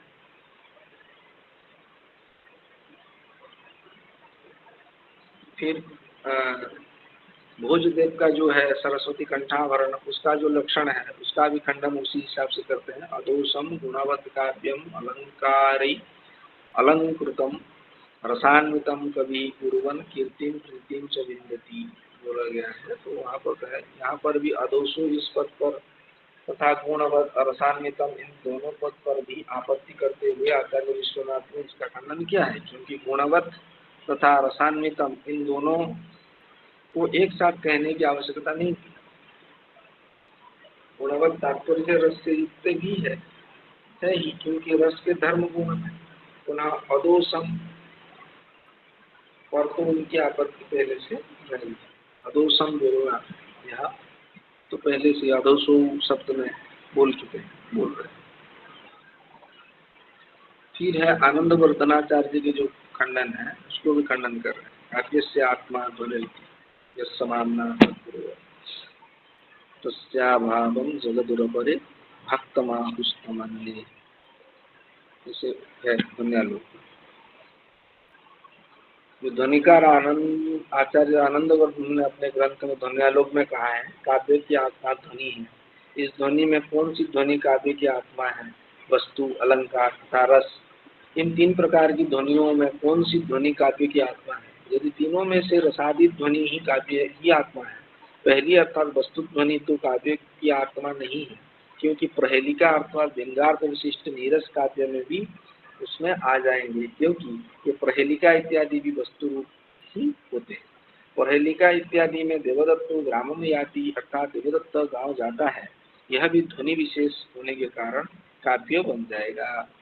इसलिए वस्तु ध्वनि को यहाँ काव्य से आत्मा ध्वनि यहाँ पर नहीं माना गया है। यदि दूसरी अर्थात रसादी रूप ध्वनि ही काव्य की आत्मा है तो उसमें तो हम भी एकमत है। यदि रसादी काव्य से आत्मा ध्वनि, ध्वनि शब्द में रस का ग्रहण किया है तो साहित्य दर्पणकार बोल रहे हैं तो सही है, हम भी मानते हैं। और रसादी रूप ध्वनि काव्य की आत्मा हो सकता है, परंतु फिर काव्य की आत्मा ध्वनि है यह व्यवहार नहीं होगा।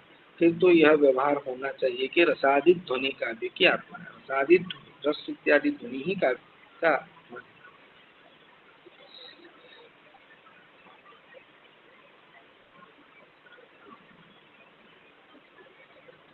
इसमें एक उदाहरण दे रहे हैं। यदि रसादी रूप मात्र ही ध्वनि है अर्थात रसादी रूप मात्र ध्वनि ही काव्य की आत्मा है, तो इस उदाहरण में पहले श्वश्रुअत्र निमज्जति, श्वश्रु अत्र निमज्जति अत्राहम दिवस एव प्रलोक्य मा पथिकरात्र्यन्न शय्यायाम निमज्जसि। क्या है, कोई पथिक है, वो कहीं जा रहे थे और सायं होने को लगा है और आगे जा नहीं सकते, किसी के घर में रुके हैं।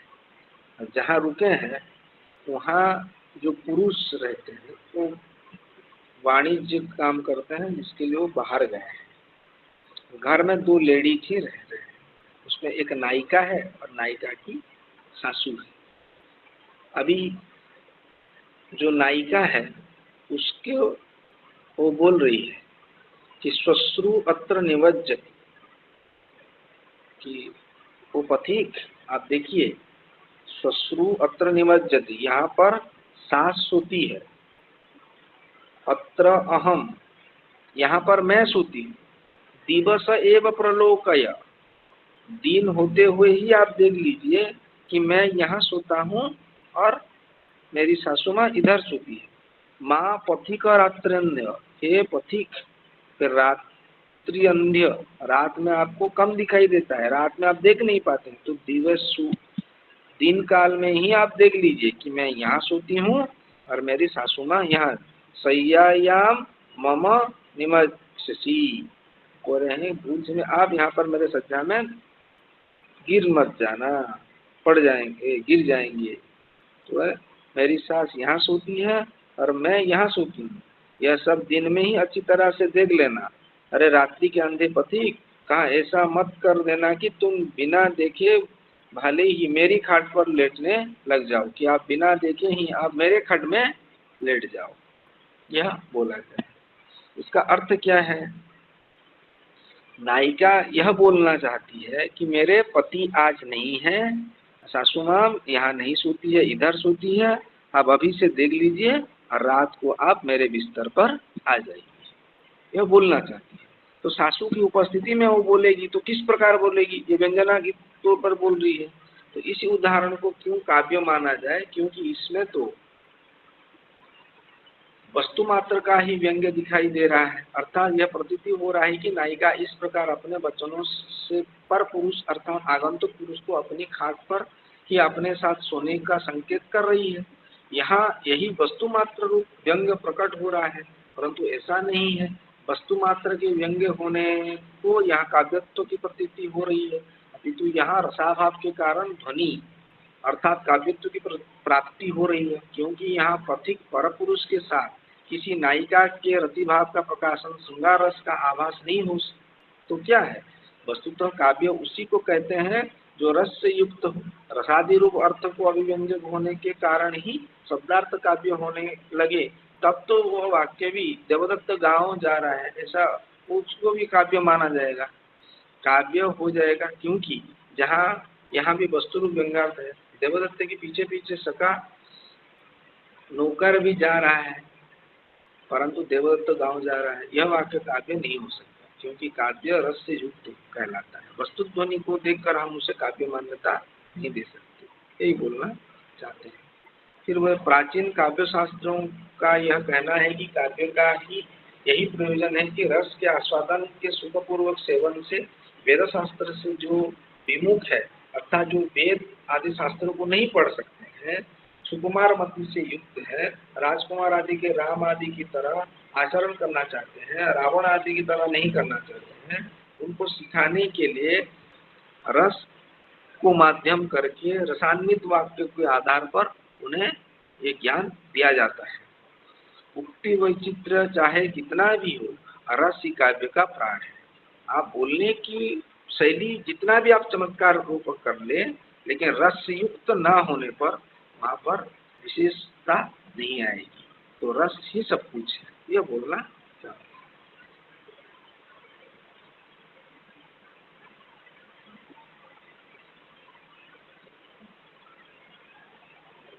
फिर वामन कृत रीतिरात्मा काव्य से काव्य, रीति भी काव्य का आत्मा नहीं हो सकता, इसको ही बता रहे हैं।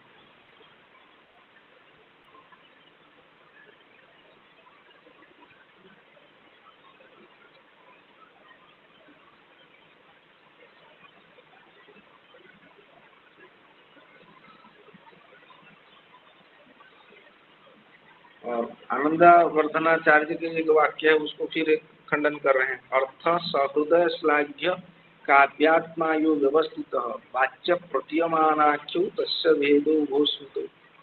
वाच्य शब्द के 3 अर्थ होते हैं, वाच्यार्थ, लक्ष्यार्थ और व्यंग्यार्थ। तो यहाँ वाच्य प्रतीयमानाख्यो, व्यंग्यार्थ और वाच्य को माना, यहाँ वाच्य को भी काव्य का अंतर्भाव दिया गया है, जो कि यह ठीक नहीं है कहकर साहित्य दर्पणकार उसका खंडन कर रहे हैं। बोले वाच्य को हम काव्य कैसे बोल सकते हैं? वाच्यार्थ को यदि काव्य मान्यता दिया जाए तो अभी मैं जो बोल रहा हूँ यह भी सब कुछ काव्य की श्रेणी में आ जाएगा, यह ठीक नहीं, यही उनका आशय है। उसके बाद इनके सबके मत को खंडन करने के बाद वह अपनी जो मत है, अपनी काव्य लक्षण जो है उसको प्रतिष्ठापित करते हैं।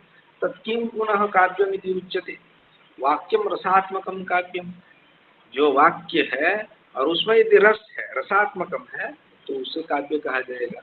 रसस्वरूपम निरूपयिष्याम, रस एव आत्मा साररूपतया जीवनाधायको यस्य तेन विना तस्य काव्यात्व अनंगीकारात् रस्यते इति रस इति व्युत्पत्ति योगात् भाव तदाभासादयो अपि गृह्यन्ते। तो बोल रहा है कि रस ही सब कुछ है, रस को ही काव्य का जीवनाधायक माना जाता है, इसीलिए वाक्यम रसात्मकम काव्यम, रसात्मक वाक्य जब हो, रसयुक्त हो, तब उसे हम काव्य कहते हैं या कहलाते हैं, ऐसा माना जाएगा। तो उनका यही लक्षण है।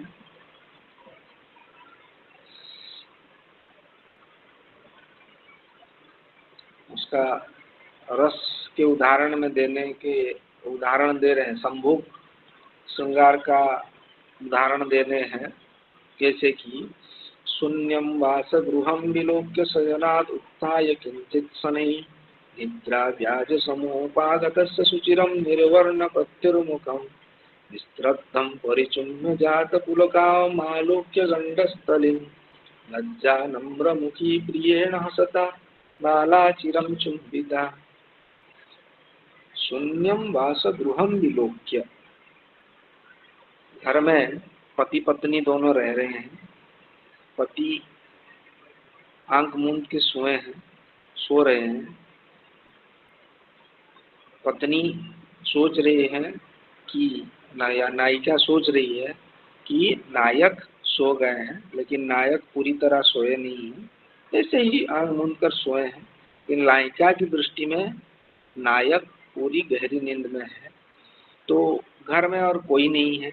उसी समय नायिका की मन में उत्कंठा जागा है और नायिका ने क्या किया है, शून्यम वासगृहम विलोक्य, घर में कोई नहीं है, घर खाली है, अपने नायक ही अकेले हैं, सो रहे हैं। शून्यम वासगृहम विलोक्य शयनात् उत्थाय किंचित शनैः, वो भी सो रही थी और उसमें थोड़ा उठकर, पूरा नहीं उठे हैं, थोड़ा उठकर किंचित शनैः, धीरे धीरे, निद्रा व्याजमुपागतस्य, पूरा गंभीर निद्रा में सोए हुए नाटक करते हुए जो नायक सो रहे हैं, पूरा नहीं, निद्रा व्याज उपागतस्य, व्याज छलना, गहरी निद्रा में नहीं सोए हैं, ऐसे सोने की ढोंग कर रहे हैं। निद्राभ्याजमुपागतस्य सुचिरम निर्वर्ण्य प्रत्युर्मुखम, अपने पति नायक की मुख को देख रहे हैं, देखे। फिर क्या करें, विस्तृत परिचुम्ब्य जातक पुलकम आलोक्य गंडस्थली, जब घर में कोई नहीं है और पति सो रहे हैं, इस स्थिति को देखते हुए पत्नी क्या किए हैं, पति के गाल में, अधर में जाकर, गंडस्थल में, गाल में जाकर चुंबन किए। चुंबन करने के द्वारा क्या हुआ है, पति तो पूरी तरह सोए नहीं है, वो मतलब ढोंग करके सोए हैं, तो उनका जो गंडस्थल है वो पुलकित, प्रस्फुटित हो गया है, थोड़ा स्माइलिंग फेस हो गया है। तो पत्नी उस स्माइलिंग फेस को, हंसती हुई मुखमंडल को देखते हुए उनकी मन में लज्जा आ गया है। तो शून्यम वासगृहम विलोक्य शयनात् उत्थाय किंचित शनैः निद्रा व्याजमुपागतस्य शुचिरम निर्वर्ण्य प्रत्युर्मुखम विस्त्रद्धम परिचुम्य जात पुलकम आलोक्य गंडस्थले। तो पुलकतम जो है, मुखमंडल में जो प्रस्फुटिता आ गया है, लज्जा नम्र मुखी प्रियेण, लज्जा नम्र मुखी, लज्जा के कारण प्रिया का जो नायिका की मुख है, नम्र मुखी, नीची हो गई है, लज्जा हो गई।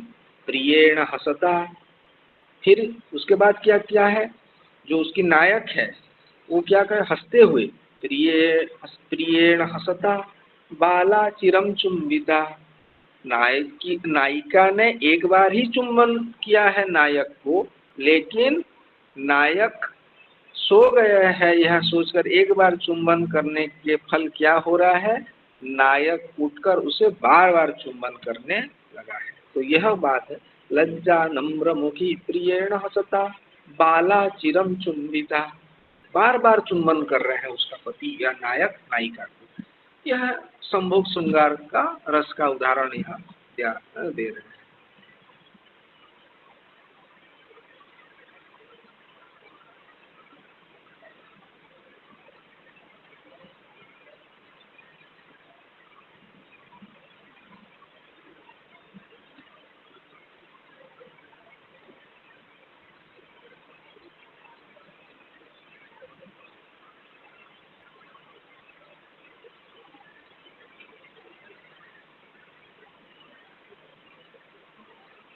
फिर रसाभास का भी उदाहरण दे रहे हैं। मधुधुरे कुसुमैक पात्रे पपौ प्रियां स्वामनुवर्तमानः शृंगेण च स्पर्श निमिलिताक्षिं मृगिमंग कंडूयत कृष्णसारः। क्या है, बसंत ऋतु में भ्रमर ने भ्रमरी को पुष्परस में शहद पिलाना शुरू कर दिया और स्वयं बचे हुए पुष्परस को पीने लगा, तथा दूसरी और कामातुर कृष्णसार मृग अपनी प्रिया मृगी के पास जाकर उससे सटता हुआ आनंद से आंखें नीचे खड़ी उसे सींगों से खुजलाते हुए प्रेम करने लगा। यह कुमार संभव का वाक्य है। उसमें यहाँ तिर्यक योनि अथवा पशु पक्षियों के संभोग श्रृंगार का वर्णन होने के कारण रसाभास का यह उदाहरण। फिर आगे चल के अन्य जो काव्य शास्त्रीय आचार्यों का जो काव्य लक्षण है वहाँ पर दिया गया है। संक्षेपात् काव्यम इष्टार्थ विवच्छिन्ना पदावली काव्यम स्फुरत अलंकार गुणवत दोषवर्जितम। ये अग्नि पुराण के अनुसार काव्य लक्षण है। इष्टार्थ होना चाहिए, संक्षिप्त वाक्य, अलंकार, गुण और दोष, ये सब 5 तत्व। दोष वर्जित होना चाहिए, गुण युक्त होना चाहिए। 5 चीज होने पर भी उसे हम काव्य बोलेंगे। यह अग्नि पुराण में बोला गया है। आचार्य भरत का भी काव्य लक्षण है। मृदु ललित पदाढ्यम गुण शब्दार्थहीनम जनपद सुखबोध्यम युक्तिमन नृत्य योग्यम बहुपुतर समार्गम संधि संधान युक्तम भवति जगति योग्यम नाटकम प्रेक्षकाणाम। मृदु ललित और सरल शब्द से युक्त हो, रस से युक्त हो, लोगों को सुख प्रदान करने वाला हो और दोष से रहित हो, तब उसे हम काव्य कहते हैं। भामह का काव्य लक्षण है शब्दार्थो सहितो काव्य। वामन का जो है काव्य शब्दोयम गुणालंकार संस्कृतयो शब्दार्थयो वर्तते। फिर आचार्य रुद्र शब्दार्थो काव्यम। हेमचंद्र का आदर्शो सगुणो सालंकारो च शब्दार्थो काव्यम। ये सारे आपकी स्टडी मटेरियल में दिया गया है, इसको आप एक बार पढ़िए। आचार्य दंडी का जो काव्य लक्षण है शरीरम तावद इष्टार्थ विवच्छिन्ना पदावली, अग्नि पुराण का ही अनुकरण किए हैं दंडी ने भी। और आनंद वर्धनाचार्य ने लिखा है शब्दार्थ शरीरम ताव्यत काव्यम, शब्दार्थ शरीरम तावत काव्यम। और आचार्य कुंतक ने शब्दार्थो सहितो वक्र कवि व्यापार शालिनी बंदे वस्तु काव्यम तद्विदाद कारिणी। ये सारी जो उक्तियां हैं ये आप लोगों को याद कर लेना है। जगन्नाथ आचार्य जगन्नाथ का जो है रमणीयार्थ प्रतिपादक शब्द काव्यम, गुणवत अलंकार प्रथम काव्यम, ये राजशेखर का है। अब भोजराज के मत में निर्दोष गुणवत काव्यम अलंकार अलंकृतम सान्वितम कवि कुर्वन् कीर्तिम च युद्धति। ये सारी चीजें आप लोगों को देख लेना है, तो याद करना है। देख लेने का मतलब है ये आप लोगों को याद करना है। फिर आता है रेवा प्रसाद द्विवेदी, आधुनिक जो आचार्य रहे हैं। आज की जो आधुनिक आचार्य आधुनिक का कवियों में जो प्रसिद्ध रहते हैं उनका है ज्ञानात्मकोपि शब्दः स्यात् उपाधि काव्य वर्तमनि पात्रम रसे पानकाख्ये दर्पणे वा तनो यथा या चेषा पूर्णता युक्ता संवित् नाम्नी नवावधू सैव विचित्र संपन्ना कवितात्मक पद्यते। अभिराज राजेंद्र मिश्र क्या कह रहे हैं? काव्यम लोकोत्तराख्यम रसगर्भम स्वभावजम। और राधा वल्लभ त्रिपाठी जो है लोकानुकीर्तनम काव्यम, जिसको लोग अनुकीर्तन करे, संसार जिसको माने ग्रहण करे वही काव्य है। संसार नहीं मानेगा तो आप उसको काव्य नहीं कह पाएंगे। अभिराज राजेंद्र मिश्र क्या बोल रहे हैं? जो रसगर्भ है, रस उसमें लोकोत्तराख्यान, लोकोत्तरा साधारण हम लौकिक अनुभव से जो उच्चतर अनुभव रहेगा वहाँ रस जहाँ पर है उसे ही हम काव्य कहते हैं। इस तरह का बोला गया है आधुनिक कवियों पंडितों के। तो आप लोग इसको एक बार देख लीजिए। इसके बाद आता है, इसमें आप लोगों का किसी का संदेह है तो पूछ सकते हैं, थोड़ा हम रुक जाते हैं, फिर आगे की क्लासेस में चिंता करेंगे। आगे की यूनिट में जो है वो आज पढ़ाएंगे तो उसकी स्थिति कैसी रहेगी।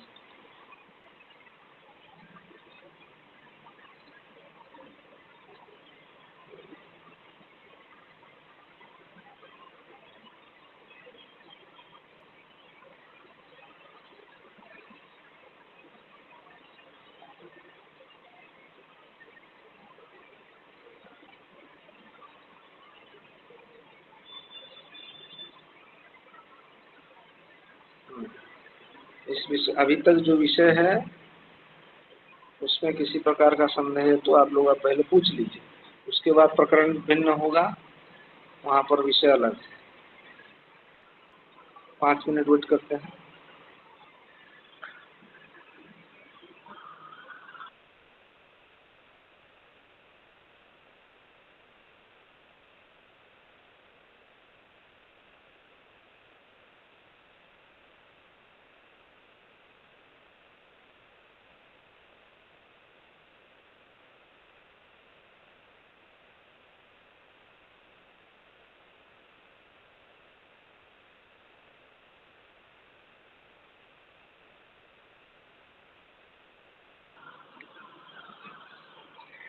आप लोग सुन रहे हैं, जाग रहे हैं या सो गए हैं सब?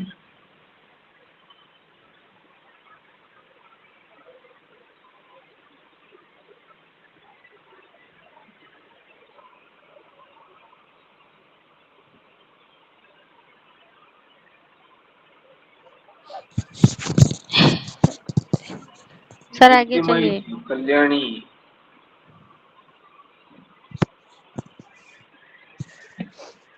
चिन्मयी जी, आप कुछ बोलना चाहती हैं तो बोलिए। सर नहीं सर, और अभी कुछ डाउट नहीं आपकी है। आवाज नहीं आ रही है।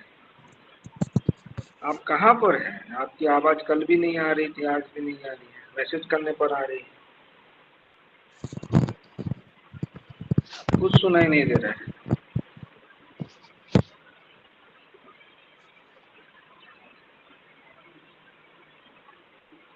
हेलो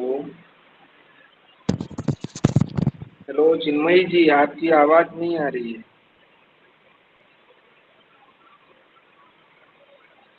आप लोग जो यहाँ पर उपस्थित हैं, उनको मेरी आवाज आ रही है?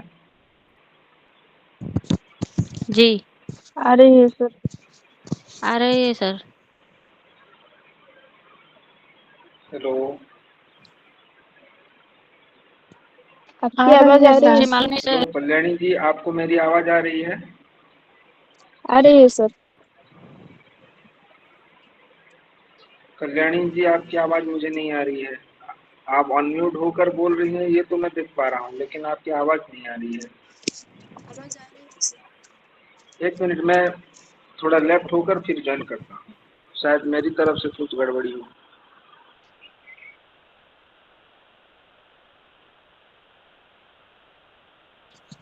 मेरी आवाज आ रही है सर?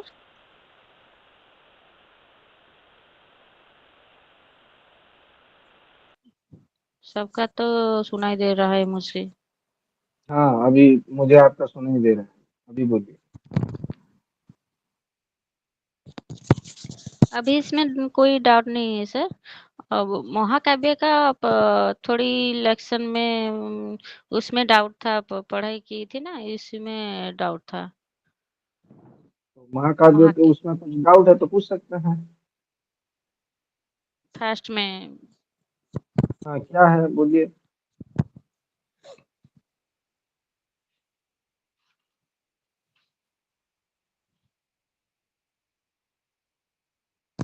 महाकाव्य और खंड काव्य में डिफरेंस क्या है सर?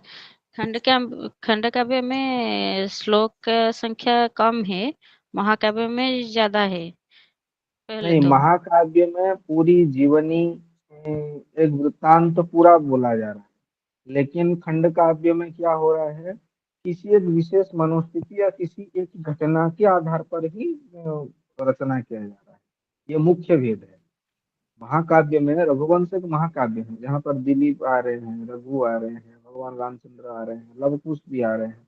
तो बहुत सारे कोई जीवनी, बहुत सारों की घटना चल रही है। जबकि खंड काव्य मेघदूत है, खंड काव्य, उसमें क्या हो रहा है, किसी एक व्यक्ति विशेष का एक मनोस्थिति की वर्णन की तरह चल रहा है उसमें, और प्रकारांतर कोई कहानी नहीं आ रहा है। ये मूल भेद है।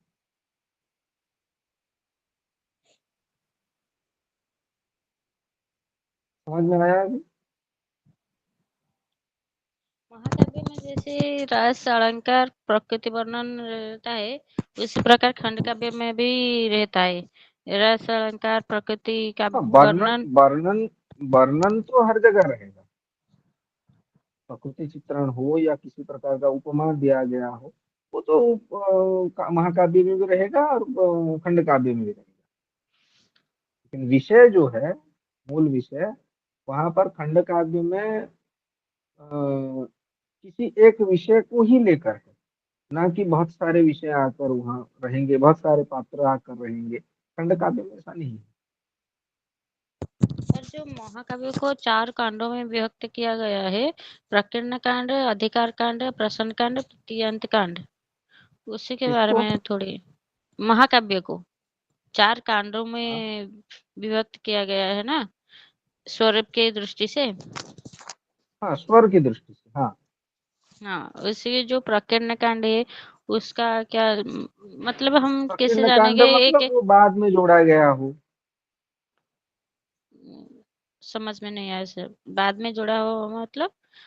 मतलब जो विषय है उसमें अंतिम छोर पर जो जोड़ा गया जैसा विषय रहेगा उसको प्रकीर्ण कांड रहेगा।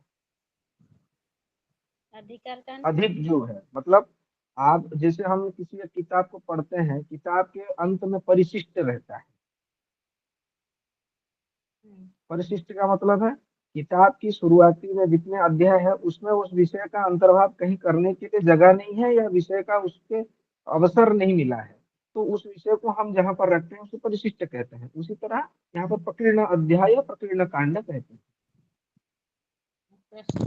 प्रसन्न कांड वो तो प्रकीर्ण कांड है। अधिकार कांड? हाँ, अधिकार जिसमें अधिकार का पूरा विषय है, शुरुआती जिसका इम्पोर्टेंस है। मतलब ये महाकाव्य के एक एक भाग एक है। एक भाग का, हाँ, भाग ही है जहाँ पर हम विशेष ये करेंगे, यह प्रकीर्ण भाग है, यह अधिकार पूरा ये विशेष अनुसार है, इसी हिसाब से अच्छा, और कुछ नहीं। प्रसन्न कांड तो मतलब एंजॉइंग मोमेंट जो बस बोलते हैं बस हाँ, वही होगा। वही तियंत होगा। कांड? तियंत कांड क्या है? क्या है? तियंत? यंत? हाँ, तियंत कांड।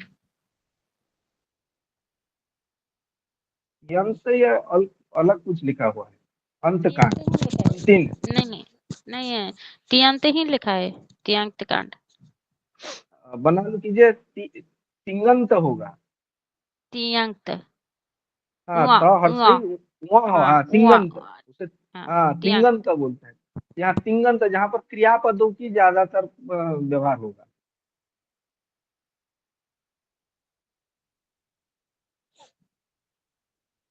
तिंग, तिंग किसको कहते हैं? सुक्तिंगंतम पदम बोला गया है ना। हम्म। तो तिंगंत जहाँ पर तिंगंत का ज्यादा है वो तिंगंत कांड है।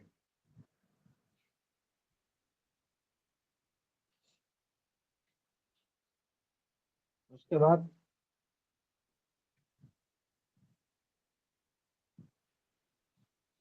और किसी का किसी प्रकार का भाभी कथा का मतलब क्या है? सर के अंत में दिया गया है कि उसके महाकाव्य के लक्षण में सर के अंत में आपका भाभी कथा आपका का संकेत हेलो, होता है। हेलो, हेलो, हाँ, आपकी जी। प्रश्न समझ में नहीं आ रहा, और एक बार बोलिए। सर के महाकाव्य की परिभाषा के लक्षण में दिया गया है कि उसका एक लक्षण है, सर के अंत में भाभी कथा का संकेत है हाँ, होता है। भावी कथा का मतलब जहाँ अंक जहाँ पर खत्म हो रहा है, दूसरा अंक जहाँ शुरू होगा, किस विषय से शुरू होगा उसका सूचना पूर्व अंक में दिया गया होगा।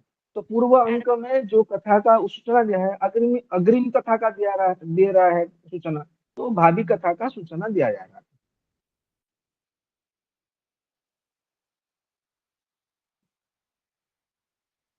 समझ में आया? जी सर, वो एडवांस है, मतलब कि एडवांस क्या वो जो हाँ कहेंगे हाँ, उस।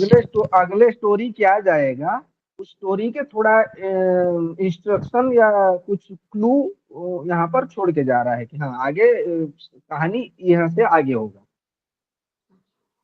ठीक है सर। जैसे कि आप सीरियल देखते हैं, जी टीवी सर। में कुछ हाँ, सीरियल में क्या होता है आजकल, आ, कॉल किया तो जब देगा कि लास्ट थर्टी में। आधी आधी हाँ आधी आधा घंटे का जो सीरियल रहता है, अंत में जो रहता है अगली एपिसोड में क्या होने वाला, थोड़ा उसका सीन दिखा के छोड़ दिया जाता है। थोड़ा सा एक 30 सेकंड का थोड़ा सा हाँ, मोमेंट बस देख दिखा के के। छोड़ उसे बंद करता है, तो वही जो 30 सेकंड वाला जो है भावी सूचना, वही वो अंत में वो अंतिम में रहता है। ठीक है।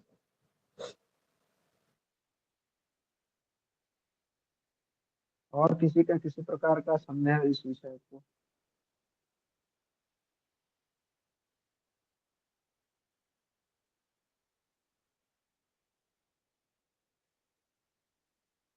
दीप्तिमयी जी, सुचेता, सुचिस्मिता,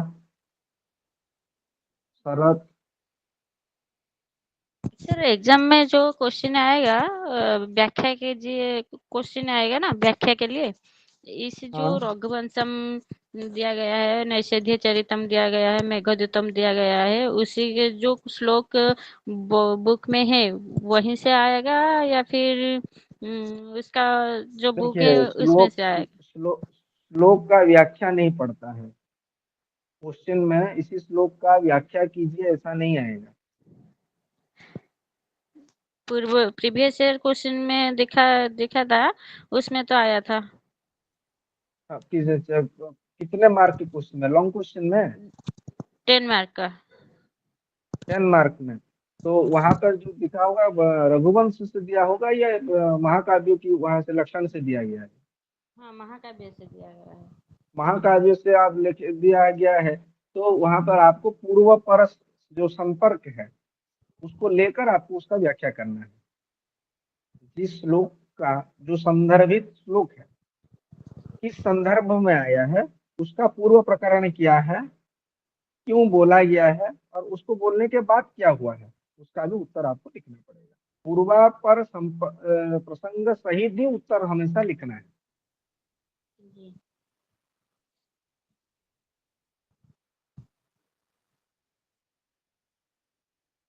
और और कुछ? साहित्य दर्पण का तो अनुवाद आया था।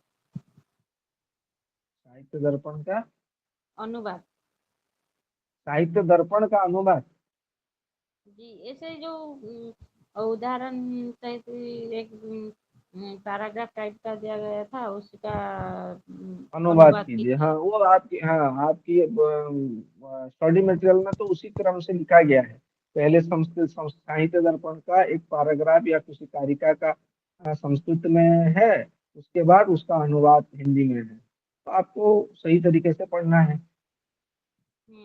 और सर एक और वो क्वेश्चन है, वो आया है एग्जाम का डिटेल से आया है, तो एग्जाम के डेट में एमसीक्यू के 11 का तो डेट कोई कहीं भी दिखाई नहीं दे रहा है। एमसीक्यू 1 2 3 5 है, पर 11 का डेट तो नहीं दिखा रही है। आप एग्जाम में MS के 11 चूज किए थे या नहीं किए थे? क्या सर? आप एग्जाम फॉर्म फिलअप किए हैं? जी जी। उसमें कौन कौन सा विषय आपने चयन किया था? सारे के सारे सब्जेक्ट चयन किए थे। तो आ जाना चाहिए MS के 11 का भी। सर नहीं, डेट वो ऑफ तो फिफ्थ सभी को के है लेना है ना जो। या एक किसी एक बोले तो तब जाकर बोल पाएंगे। सर 28 को, डेट 28 को है MS के 11। 28 को क्या है? MS के 11 का एग्जाम है सर। हाँ 28 तो बोल रहे हैं 11 28 को है बोलकर, आप को कहीं नहीं दिखाई दे रहा है चिन्मयी जी।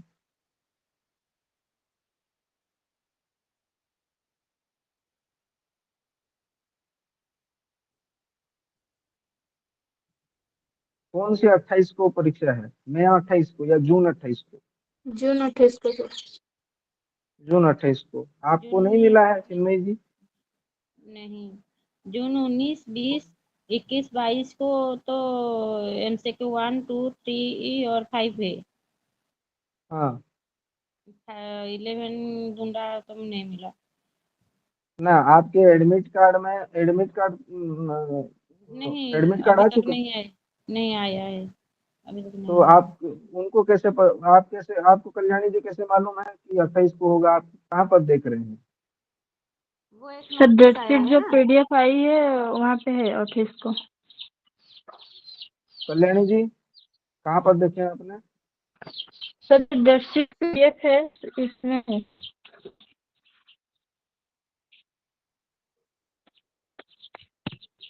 वो आप ग्रुप में थोड़ा शेयर कर दीजिए एग्जाम डेट को, आप थोड़ा ग्रुप में शेयर कर दीजिए ताकि सबको पता चल जाए। Yes sir. ठीक है, व्हाट्सएप जो ग्रुप बनाए हुए हैं उसमें आप लोग शेयर कर दीजिए। जी सर। और किसी का किसी प्रकार का?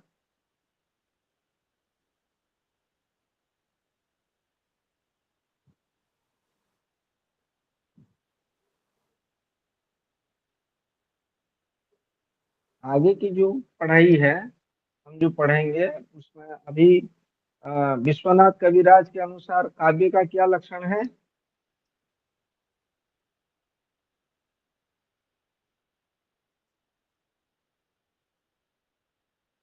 वाक्यम रसात्मकम काव्यम। वाक्यम रसात्मकम काव्यम बोला गया है। अभी वाक्यम रसात्मकम काव्य, काव्य के लक्षण में दो शब्द बताए हैं, वाक्य और रस। तो पहले वाक्य क्या है इसके ऊपर चर्चा होगी, ठीक है। वाक्य किसे कहते हैं, यहाँ से अगली क्लास में हम जो क्लास कर लेंगे उसमें वाक्य क्या है, वाक्य कितने प्रकार के होते हैं, वाक्य में क्या क्या होना चाहिए, इस विषय पर हम कल की क्लास से शुरू करेंगे। कल की क्लास बहुत महत्वपूर्ण रहने वाला है, क्योंकि जो जब वाक्य की आवाज आता है तो वहाँ वाक्यार्थों की बात भी आती है। तो इसीलिए वहाँ पर ज्यादा समझने की चीज है, आप लोगों को वहाँ पर समझना पड़ेगा। इसलिए अभी से मैं बोल देना चाहता हूँ, कल की क्लास में थोड़ा जागरूक होकर रहिए। अभिधा लक्षण व्यंजना की समझ होनी चाहिए, क्योंकि विषय जितना सरल प्रतीत होता है उतना सरल नहीं है। एक ही उदाहरण को बार बार दोहराया जाता है लक्षणा में, तो वहां पर याद रखना या समझ के अंदर रखना थोड़ा कठिन होता है छात्रावस्था में। धीरे धीरे जब वयो वृद्धि होता है, मैच्योरिटी आने पर वो समझ आता है। लेकिन अ, हालांकि परीक्षा के लिए हमें याद रखना है, तो इसीलिए थोड़ा जागरूक होकर कल की क्लास में आप लोग रहिए। आपकी जो फ्रेंड्स हैं उनको भी आप सूचित कीजिए कि कल की क्लास में अवश्य रहें, सुने, चीज़ों को ठीक से सुने। जहाँ तक हो सके मैं मेरा कुछ पीपीटी, क्या होता है नेट ठीक रहा तो पीपीटी में भी शो करके हम लोगों को दिखा सकते हैं कि किस तरह का विषय वस्तु चल रहा है, ठीक है। उसके बाद हम विषय को देखेंगे। तो आज की कक्षा को आप लोगों की अनुमति हो तो अभी विराम दे, नहीं तो आप कुछ पूछना चाहते हो तो पूछ सकते हैं।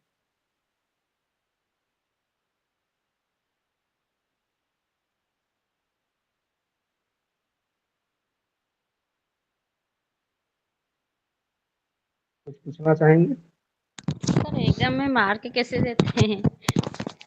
मार्क्स में जैसे स्टूडेंट लिखता है उसी के अनुसार उसका परिणाम, या थोड़ा जो डर एग्जामिनर है लगता है उसी सर, इतने क्या। सारे बुक है, थोड़ा डर लगता है, इतना सारे बुक है, सिलेबस तो कंप्लीट नहीं हो पा रहा है, तो हम क्यों? क्वेश्चन। आपका तो साल में एक बार परीक्षा है, तो आप इतने जितने सिलेबस लिख रहे हैं ना, मैं अपने 6 महीने में इतना देकर पढ़ा हूँ।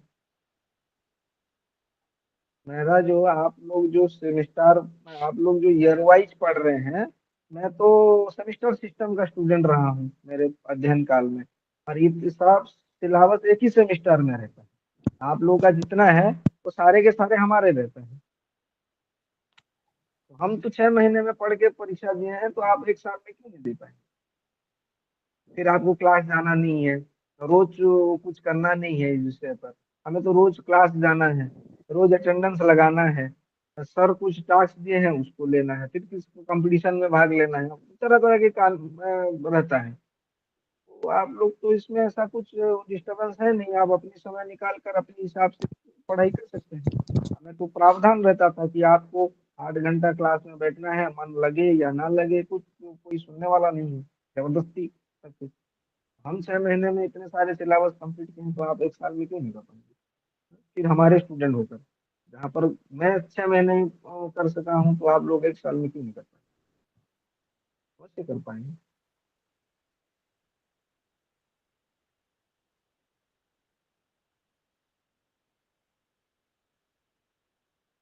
ध्यान से थोड़ा पढ़िए, और बाकी गुरुजी, जो अभ्यास। हाँ बोलिए। गुरुजी वेबसाइट में प्रीवियस ईयर का क्वेश्चन तो सारे सब्जेक्ट का मिल गया, पर जो बौद्ध दर्शन का है उसका तो मतलब प्रीवियस ईयर का क्वेश्चन नहीं मिल रहा है। क्वेश्चन नहीं है। हाँ, इस साल से उस लगा है ना सिलेबस में, पहले था नहीं, तो पहले पिछले साल से जी। आएगा कहाँ से? नहीं मुझे लगा कि पिछले प्रीवियस साल हुआ होगा। में नहीं, कभी नहीं पिछले था। साल नहीं, इस साल से वो लागू हुआ है। पिछले साल बौद्ध दर्शन नहीं था, सिलेबस में नहीं लागू हुआ था। जी सर। मेरे पास प्रीवियस ईयर का क्वेश्चन है, मैं सेंड कर दूंगी ग्रुप में।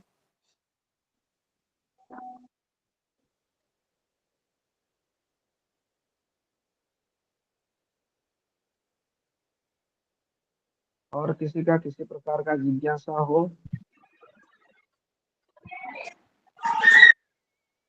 पूछ सकते हैं। नहीं तो मैं अनुमति चाहूंगा आप लोगों से कि आज की कक्षा को यहीं पर विराम दिया जाए। तो आप लोग खूब पढ़िए, पढ़ाई में और अच्छी तरह तरक्की कीजिए। इसी तरह आप लोगों की जिज्ञासा और भी बलवती हो, जिज्ञासा की समाधान और भी सुंदर तरीके से, सरल तरीके से मैं दे पाऊँ, यह भगवान जगन्नाथ के पास मैं प्रार्थना करके आप लोग जितने भी यहाँ उपस्थित हैं, आप सभी को धन्यवाद देते हुए आज की कक्षा को यहीं पर समाप्त विराम देते हैं। जय जगन्नाथ। कुछ पूछना चाहते हैं जयंती जी? जय जगन्नाथ। कल्याणी? आज्ञा सर हाँ, कौन थे?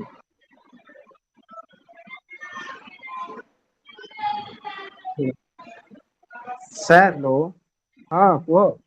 सर मोर ग्रुप रे आठ हिन तो नाटा देन मोर ग्रुप रे कर दे था।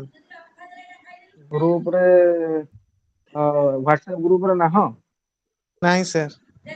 मते पर्सनल गोटे मेसेज करता एमती मु जॉइन तो हमको बोली कि मु आज्ञा तुमको लिंक पठाई देबी, लिंक रे जॉइन हे जिवो।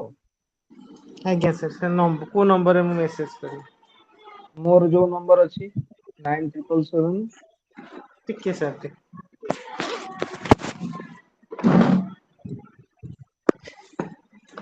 सर बोले हाँ, नाइन 9777 777 आज्ञा 86 86 2713 27 सर 13 713। आज्ञा सर। ठीक है, थैंक यू। नमस्ते।